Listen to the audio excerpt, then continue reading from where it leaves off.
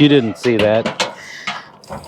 This was supposed to be a graceful introduction to what I was getting ready to do. Good morning, everyone. Hoss says the same thing. This morning, well, I guess it's about noon. High noon. Sun's bright. Sky is cloudy, but none of the clouds are hiding the sun, so we're good. We can see blue sky. It's perfect. Quit rambling, Ray. So what we have today is a truck with no power until the engine RPMs get up to a certain speed, and then we have power. Oh, it's not the Chevy. Of course it's the Ford. The 6.7 liter Powerstroke. Don't know what year this truck is, but we'll figure that out. It's a 2015. They got the sun chips in the back there, making me hungry now. It's about noon. Let's get into this thing. We'll get the scan tool hooked up to it and get figured out why this thing doesn't have any power. Now, he also brought it in stating that we have an issue with cooling system codes. So I think, if I remember correctly, that was due to the thermostat not opening the way it should. So easy fix on that, but that does not explain why it doesn't have any power. So let's see if we can diagnose the power issue. Contact.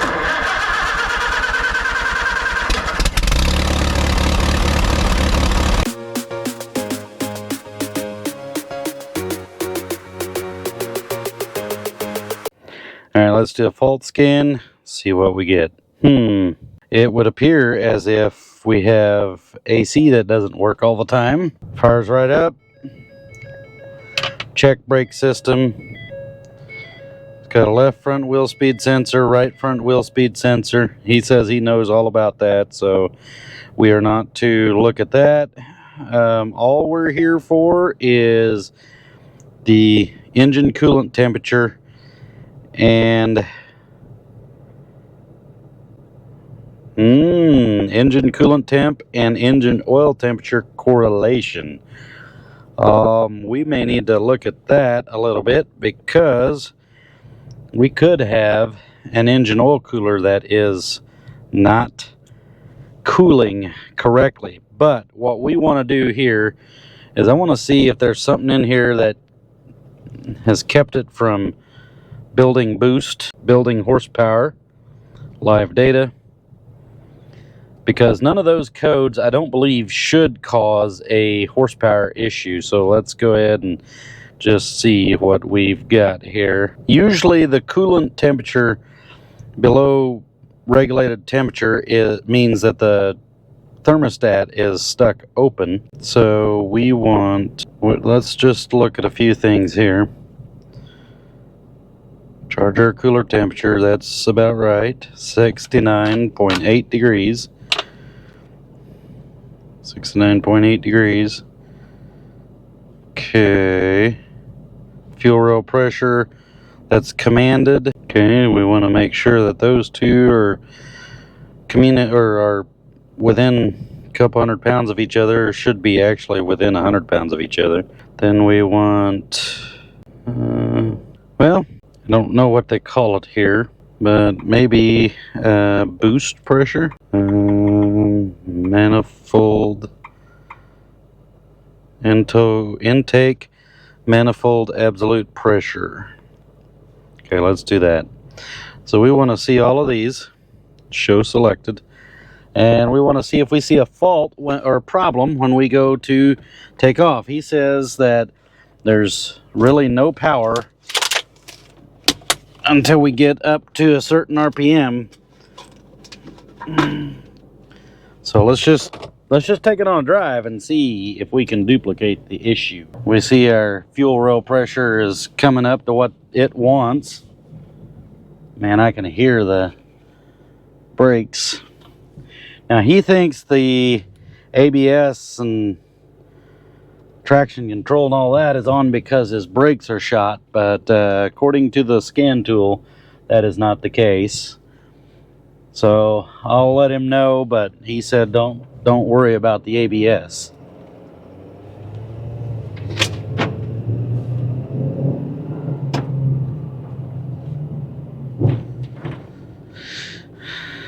I can hear his brakes are shot.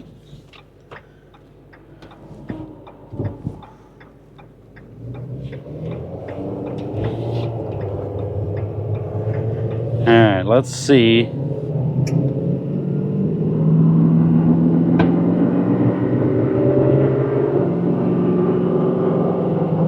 It's building boost, it's building fuel pressure.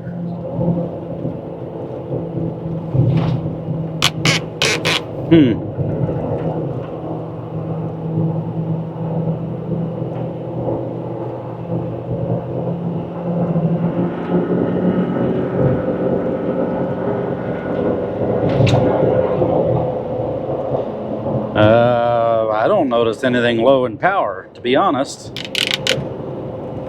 Now, he did say that the air filter was pretty plugged on it, and he thought maybe that took care of it if they put a new air filter on it, but his guys that work for him didn't think it did, so I don't know. I don't know how bad it was before, but it's honestly feels pretty good. So I don't know. It builds fuel pressure correctly. It builds boost. I mean, I gotta be careful I don't spin the tires on this freshly paved road. So this being a long bed, 1-ton single rear wheel, I don't know that I would have a problem with that. Now, I am noticing a battery light on because it does have a fault with the alternator field. Now, our alternator voltage is at 14.3 volts, so I wonder if we have a problem in our wiring or a problem in our alternator. That's a lot of lights on in the dash. Granted, a lot of it is because of the ABS. Now, it has left rear wheel speed sensor, left front wheel speed sensor and a right front wheel speed sensor fault. That's why those lights are on, and new brake pads are not going to fix that problem. So we're going to need to, he's got bad wheel bearings. The wheel bearings are extremely loud in the front.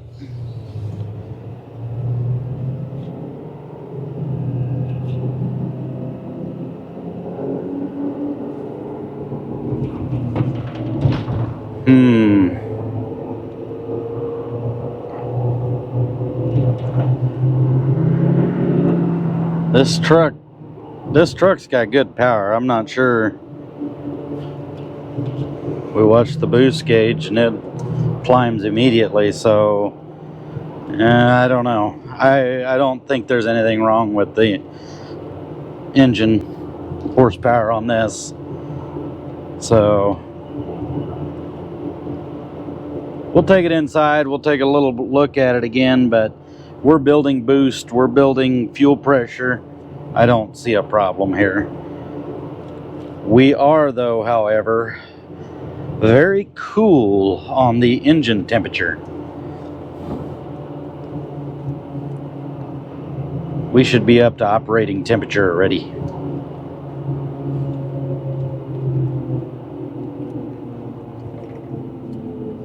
Go back and get a thermostat ordered, put a new thermostat in this thing, see if he wants me to do anything about the battery light on this thing, and see what we come up with. I don't know. I am not feeling an issue with the horsepower.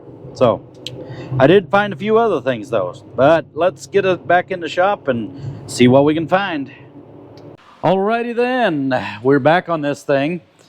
We've got the okay to repair this thing. I did go ahead and decide I'm going to check The air filter, I had understood that he was going to replace the air filter. I hope he didn't. Here's the other problem that we have. I know you guys can't see up through there, but let me get a flashlight. I don't know if you can see that or not, but the mass airflow sensor is dusted like crazy. So I told him that, and rightly so. I mean, this is, we can't just replace or just clean the mass airflow sensor, because if we don't replace this, for one, very harmful to the engine, and two, we're going to dust our mass airflow sensor again. So if I'm going to clean the mass airflow sensor, we're replacing that. It looks like it got wet to me, is what it looks like. So I don't know, not sure what all happened there, but something went south real quick. And when we say it went south real quick, is it was not a good direction. I do like the South though, don't get me wrong. I'd much rather live in the South than up here in Illinois. Let's go ahead and we're going to change this thermostat on this thing. Thermostat's over here. As we can see, it's also leaking some antifreeze around there. So we're going to keep a close tab on our thermostat housing. I do have a new one just in case. We've got O-rings, and Ford sells these O-rings. I always change those, even if they're not leaking. But that's the O-ring number that you're going to want for that thermostat housing. This is a dual thermostat.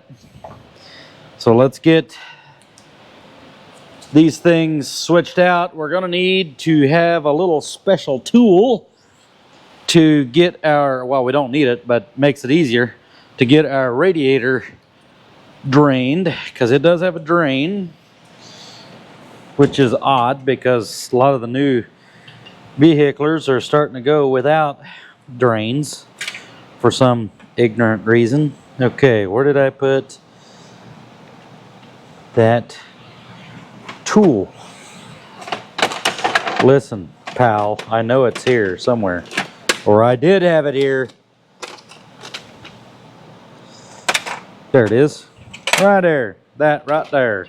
I'm not getting paid to advertise this, but Rain Man Ray has these available for sale. So this is actually where I got this one. I'll put a link down below. And again, I'm not sponsored. I'm not getting anything off of this, except it is nice to have. It's very handy. So let's get underneath there and open that drain valve. All right. Let's show you where that drain is at. I'm getting splattered, so thank me for my service. Oof. Right up in there. Woo! Yeah, that doesn't taste good. Splattering of antifreeze is not fun to inhale. All right, so once that drains down, we're going to remove the thermostats. Now, I'm not going to take this one loose. I'm usually able to just remove that one in there, kind of fold that hose back a little bit and get everything off of there. I think it's held in by 3 bolts, maybe 2 bolts, I'm not sure. But it's not too difficult. By the way, the engine temperature when we got back from our test drive was nowhere near as warm as it was supposed to be. These things are supposed to get up to temperature 203 degrees within a certain amount of time. I don't remember what kind of time frame it is, but it's a certain amount of time, and that is in order to help meet emissions, because a warm engine does not put out the same amount of emissions as a cold engine does. So therefore they want this engine to warm up quickly. Most engines are this way. Duramax is the same way. They will set a code if they don't warm up fast enough. Most of the other brands out there do the same thing. So yeah, it's really not that big of a problem, other than it just does not meet emissions. So do change your thermostats if you get that code. That code is there for a reason. So let's get you guys set up. We're gonna get that thermostat removed and switched out here in a jiffy. Like I said, we want to make sure that we get this thing drained down far enough to where we can pull this off without making a big mess. I also want to drain all of the antifreeze because I want to put as much new antifreeze in this thing as I can. Contrary to what some people will tell you, antifreeze does go bad. It becomes acidic, it breaks down, plugs up coolers, causes water pumps to go bad. So yeah, antifreeze does go bad. And don't let anybody tell you any different. Okay, so let's go ahead and see if we can get that clip removed there. This retainer clip is going to make me lose my temper just here pretty soon. About 30 seconds from now, if this thing doesn't come off of here, we're gonna have a possible high speed come from togetherness. Come on, talk to daddy. Thank you. You know, if I'd quit pushing it back in with my pick here, things would go just a little bit better. Why? I did it again. This is supposed to be easy. It's so easy. What could possibly go wrong? Why do I always think that when I'm doing these things? There we go. Just like such. Pop that thing loose like that. Easy peasy. Nothing to it. All right. Let's get these 3 bolts out of here. They are 10 millimeter heads. Before we do that, let's go ahead and clean the surface there. Spray. Clean.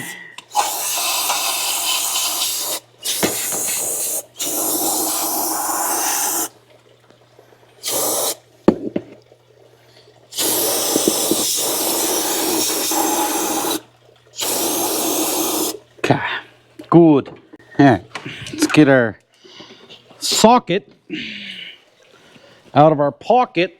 I don't have it in my pocket. It's just I'm good at rhymes. Oh, I cracked myself up. Actually, I think that's an 8 millimeter, is it not? I don't think it's 10. No, it's definitely not 10. Anybody ever, or anybody else, make way too many trips to the toolbox because they can't tell sizes? I used to be really good at it. I'd look at something and be like, oh, it's an 8 millimeter. I'd go over and pick up my 8 millimeter, put it right on there. Not so much. Now I'm like, oh, that's a 10. Wait, no, that's a 9. Oh, no, wait, it's an 8. It's not quite that bad, but it's getting close. I'll be curious what we find when we get these thermostats out of here. Are they going to be stuck wide open or partially open? Will there be a seal missing? What are we going to find? One goes all the way through. Actually, I think 2 of them do, to be honest. To be completely honest, I think 2 of them go all the way through, down to the head.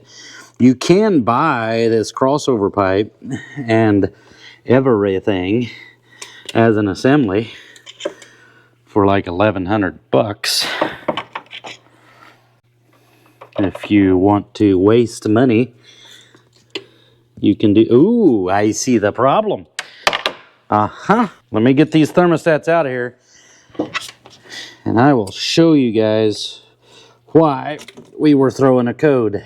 All right. You guys see a problem here?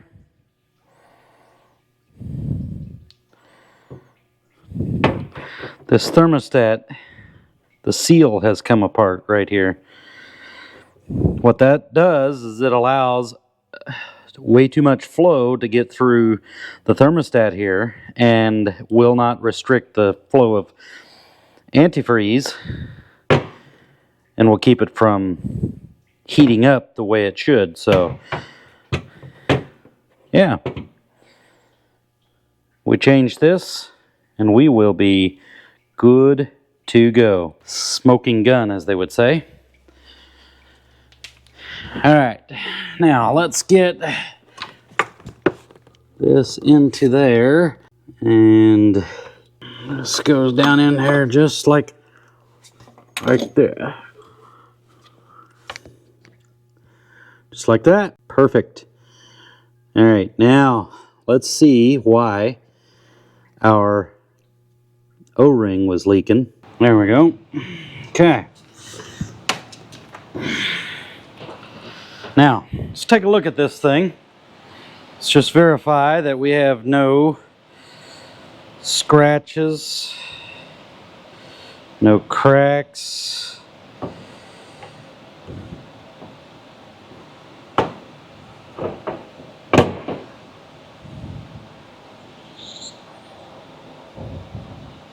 Let me clean this all up.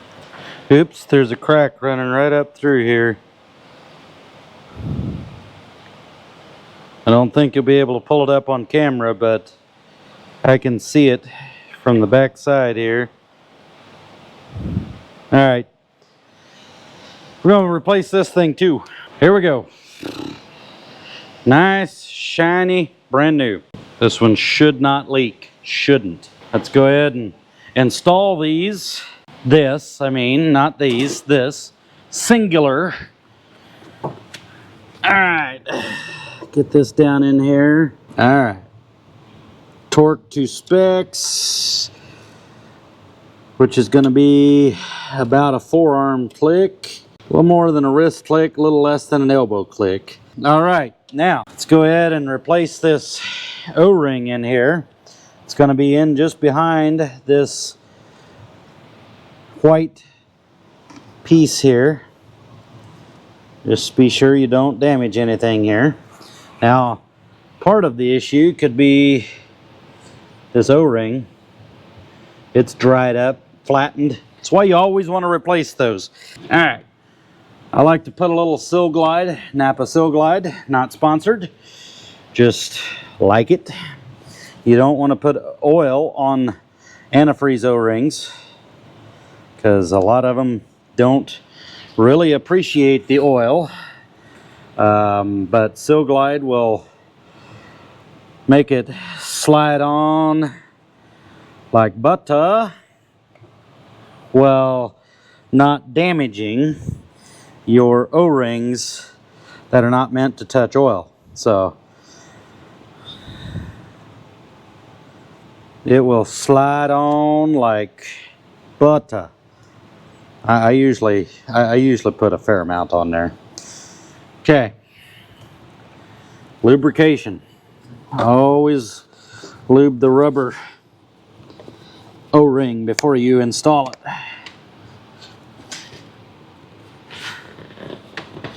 Make sure it's locked down, and it is. Woo! That's it. Ready to fill her up with antifreeze. Go out and test drive it. That's how simple the thermostat is to change. So we're going to put a new air filter in it, clean the mass airflow sensor, and when you clean that mass airflow sensor, you want to use mass airflow sensor cleaner. Anything else is too strong. You do not want to use brake clean, carburetor cleaner, ether, nothing like that. No way. So let's close our radiator drain and we'll get to refilling this thing, getting her back out on the road and test drive it. All right, we've got our antifreeze full. We have replaced the air filter, topped off that cooling system, the secondary cooling system. Clean the mass airflow, reset our filter minder there, not that it matters. And Checking for leaks. Not seeing any as of yet. It's a little over full. That's okay because it's going to go down some. Closing the hood right in front of you. Boom. Let's go take it for a test drive and see if we've fixed the problem. I have mentioned something to the customer about the alternator. He has not replied. And it does have a new alternator. So my guess is they've been trying to fix the problem. And that has not been successful. So let's, just because we know it's charging, let's just go ahead and clear the codes. We'll see what all comes back. My guess is we're going to have the alternator code come back. We're going to have the air conditioning refrigerant pressure sensor may come back. I don't know. I think the reason that this P012F is here is because our engine oil temperature probably is quite a bit different than our cooling temperature sensor. So we're going to see if that comes back. We're also going to check the two temperatures and see where we're at. Just quick erase and see what all comes back. ABS, we knew that was coming right back. We want to make sure our temperature climbs adequately. Then when we get back, we're going to recheck our antifreeze levels and wait till the customer tells us yay or nay on the alternator. Hoss is out there wishing he could go along. Sorry, buddy, not this time. All right. Watch our temperature gauge there.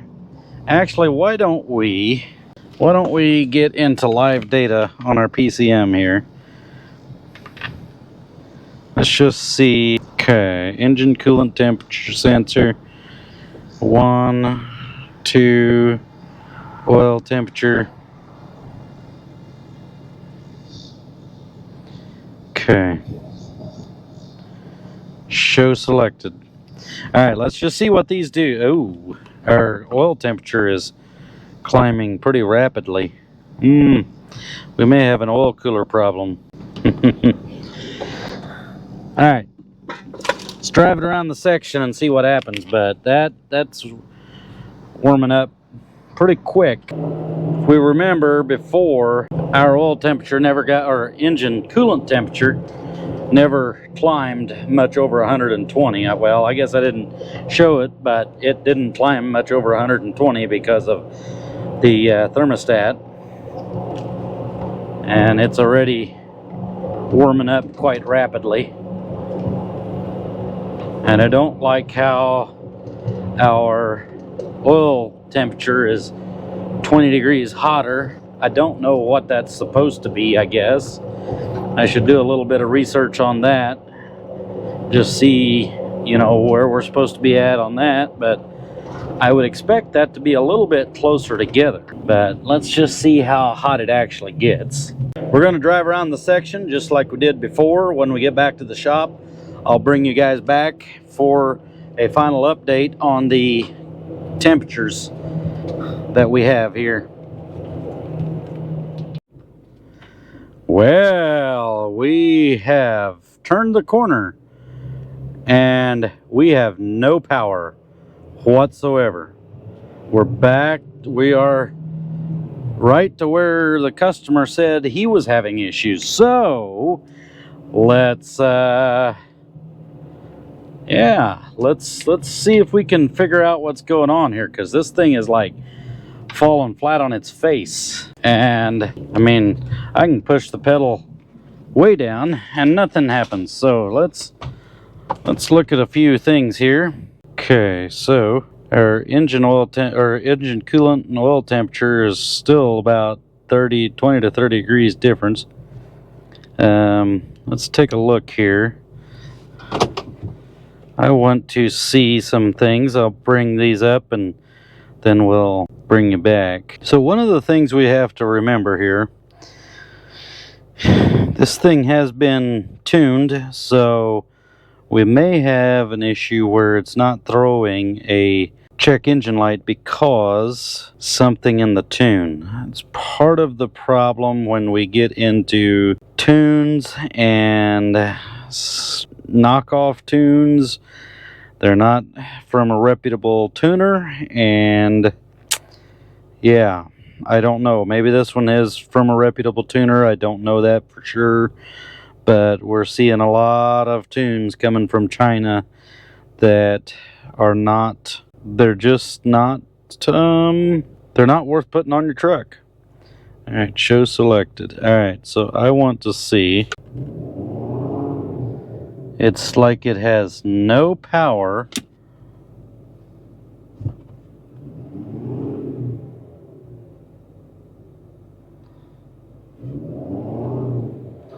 When I first take off. So let's just take a look here. I wish I had a better place to put this. Let's watch our fuel pressure.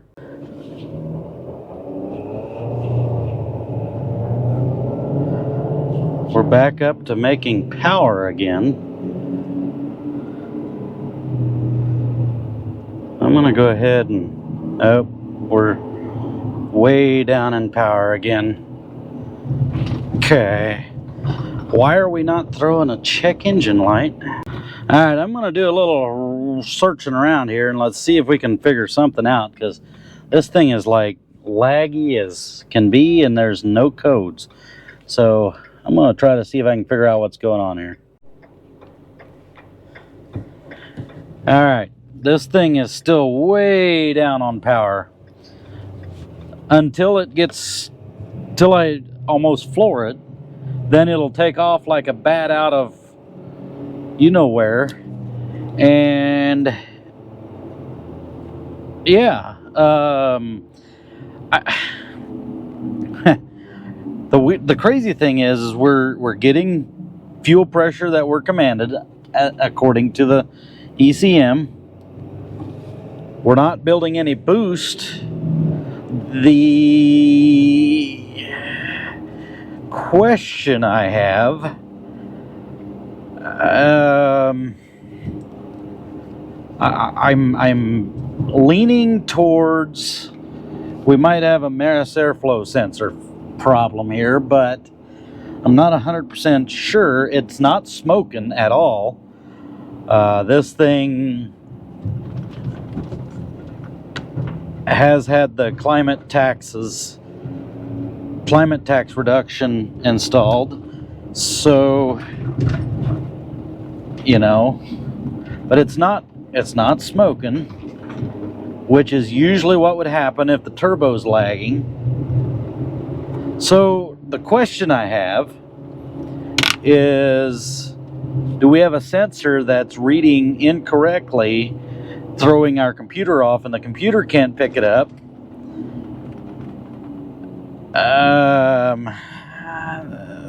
Kind of where I'm at. I think we need to do a little research.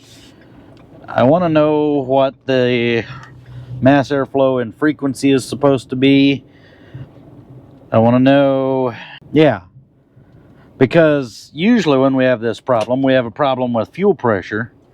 It idles perfect, and our accelerator pedal, D and E, so E should be half of what D is, and those are reading correctly. When I was accelerating, the position correlated with where my accelerator was at. The one thing that didn't change much was the mass airflow sensor in frequency and in pounds per second.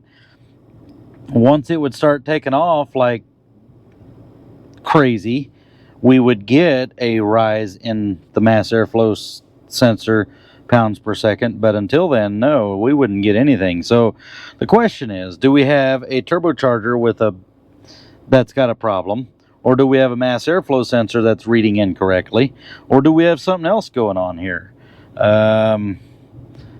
Yeah, I'll be honest, I'm almost stumped on this. And also, why is our coolant temperature at 140 degrees? I want to check trouble codes. Do we have any? Why do we have a new thermostat that's faulty?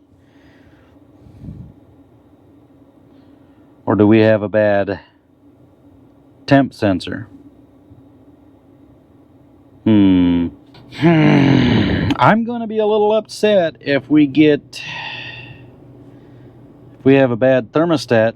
Okay, let me do a little research. I'm not sure where I want to go here. I'm thinking, and when I'm thinking, I'm usually quiet, so that's going to be boring. All right, we are back on this truck, and I said I was going to do a little research and let you know what I found. Well, I've done the research, and we've actually got this thing going.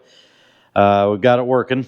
So what I found is that, well, for one, let's go back, and I know I made mention of it, but trucks that are tuned, especially with low-quality Chinese tunes that are running everywhere on these trucks, because some of the climate taxes have been eliminated on this truck, it is retuned. Now, I don't know, and maybe this has a better quality tune on it. I don't know that.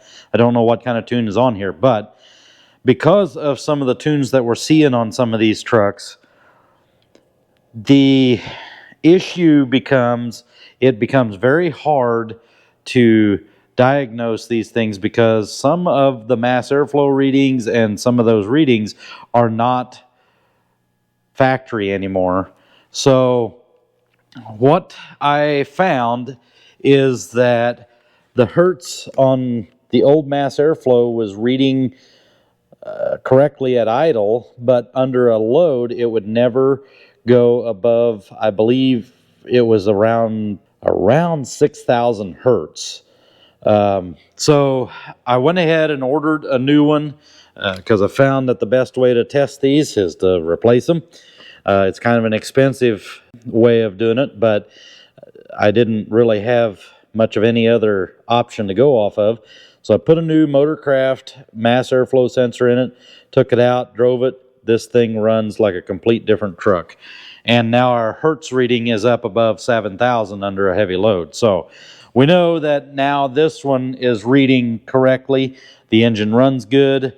The problem I had is I still had a code for the thermostats. And as you know, we had a problem with the old thermostats. I threw them away now. So we knew the old thermostats were bad. I went ahead and checked with my infrared thermometer here. We can see the floor is 69 degrees because of the AC in there. But I checked it, and the engine was running at 190 degrees. So I went and put a new Motorcraft temperature sensor in it, and that took care of that issue. So now everything's working, except for it still has a battery light on. The battery light comes on, and we have a code of P0625. So long story short, that's what we're going to look at tonight. Customer doesn't want me to spend a lot of time on it, but he wants me to see if I can figure out what's going on. He did put a new alternator on this thing, but it was a no-name brand from the interwebs somewhere. Doesn't know where it came from. Doesn't have any warranty. Nothing. So we're going to see, do we have the powers coming up to the alternator that we need? If so, then we know that our alternator is what's causing our battery light. So I don't think he wants to fix it.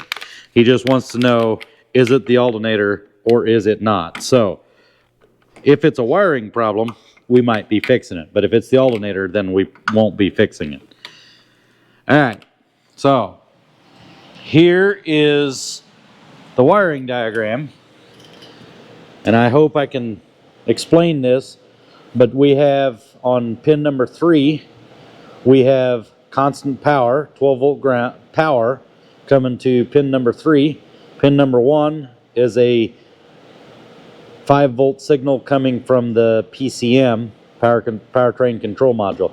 If we have 12 volts to 3 and 5 volts to 1, then we know that our alternator is sending a faulty signal back to the PCM, which I suspect is what's going on, but let's just make sure. So I'll get my meter and we'll get to testing circuits. On the 12 volt circuit, we're going to be testing to make sure that we can hold 12 volt ground. So we're going to use a lamp to test that. Now let's see if we can even get down into that alternator. I don't remember if I have to pull anything off of the top here or not. This plug in goes right onto the back. Nope, I can get to it. It's back of the alternator here. Ouch. So, yeah, we're being a pain in the neck here. There we go, got it. All right. Okay, pin 1 should have 5 volts. Pin 3 should be able to carry 12. Let me turn the key on. All right, so we'll put this up here. So hopefully you guys can see. Got my ground over here on the ground. All right. 12 volts.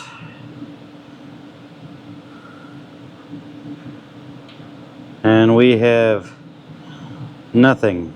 It is going to be a wiring problem of some kind. The question is, where's it going to be at? And does he want me to fix it? I know that they have an issue with this where it comes around the side of the motor here.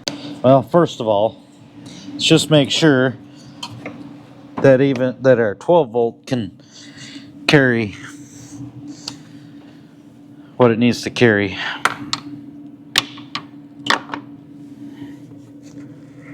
All right, I'm just going to do this so that I've got a good ground.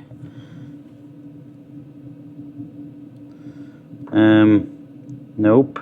We have a wiring issue somewhere, because I bet that we lose voltage whenever I go to ground that out. Guess I should make sure that my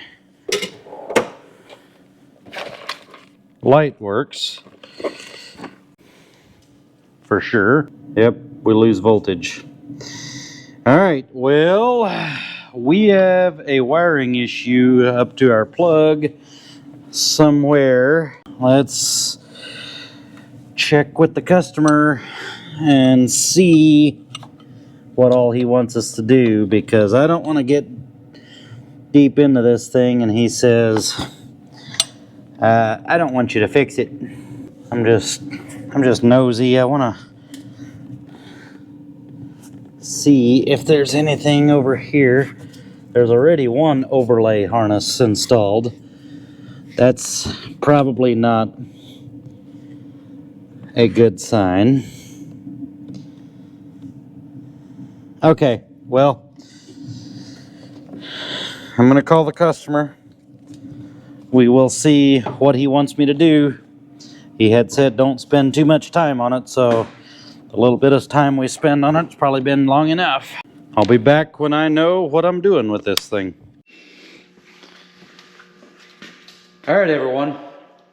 Here I am standing in front of the camera like an idiot again, because I forgot to hit record.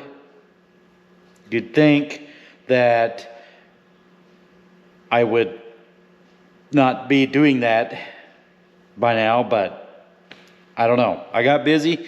I forgot to hit record. We did figure out the problem on the alternator. The problem with the alternator was that we had a broken fusible link coming from the battery over to the alternator. We were dropping voltage, as you could see, and that's where the problem was at. The rest of the wiring harness seemed to be good, because as soon as we repaired the fusible link, it worked just fine. Now the fusible link is going to be over on the passenger side of the vehicle, right inside the fender well. You'll be able to see it if you pull the fender well out on the inner fender on the passenger side. If you pull that out right below the battery box, you'll be able to see the fusible link. And I'm sorry I did not get that on camera, but I also did not do an outro either. So this is my outro. Oh wait, and the truck is gone, so I can't even show you guys where it's at. So my bad, I apologize. Hopefully you guys can forgive me for that. I think to wrap that truck up, we found numerous different issues. I think the bad air filter ruined our mass airflow sensor, and we had a problem. Obviously we had a problem with the alternator. We got that taken care of. We also had the coolant temperature. That was taken care of with a thermostat. We know the thermostat was bad, and we know that the temp sensor was bad. Now I think the reason that we were having, well, I know the reason we were having the issue with the code for the oil cooler to engine temperature mismatch was because our coolant temp sensor was reading about 60 degrees. If you'll notice in the video, the coolant temp sensor was running about 60 degrees cooler than what the oil cooler was. Once we changed the temp sensor, all of that went away. So the codes were gone. The only problem he still had was brakes, and he had his ABS codes that were still stored in the truck. Other than that, the truck is good to go. He picked it up already, and that's where we're at. I, again, apologize that I completely did not hit record. I don't know what I was thinking.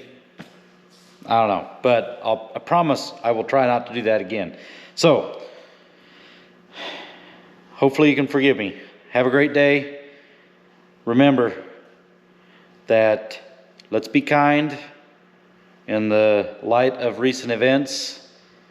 Let's love on each other. Let's be kind to each other. And let's talk peacefully with each other. So, God bless. God be with you all. And you all have a great day. Like, share, and subscribe to the channel. Appreciate each and every one of you.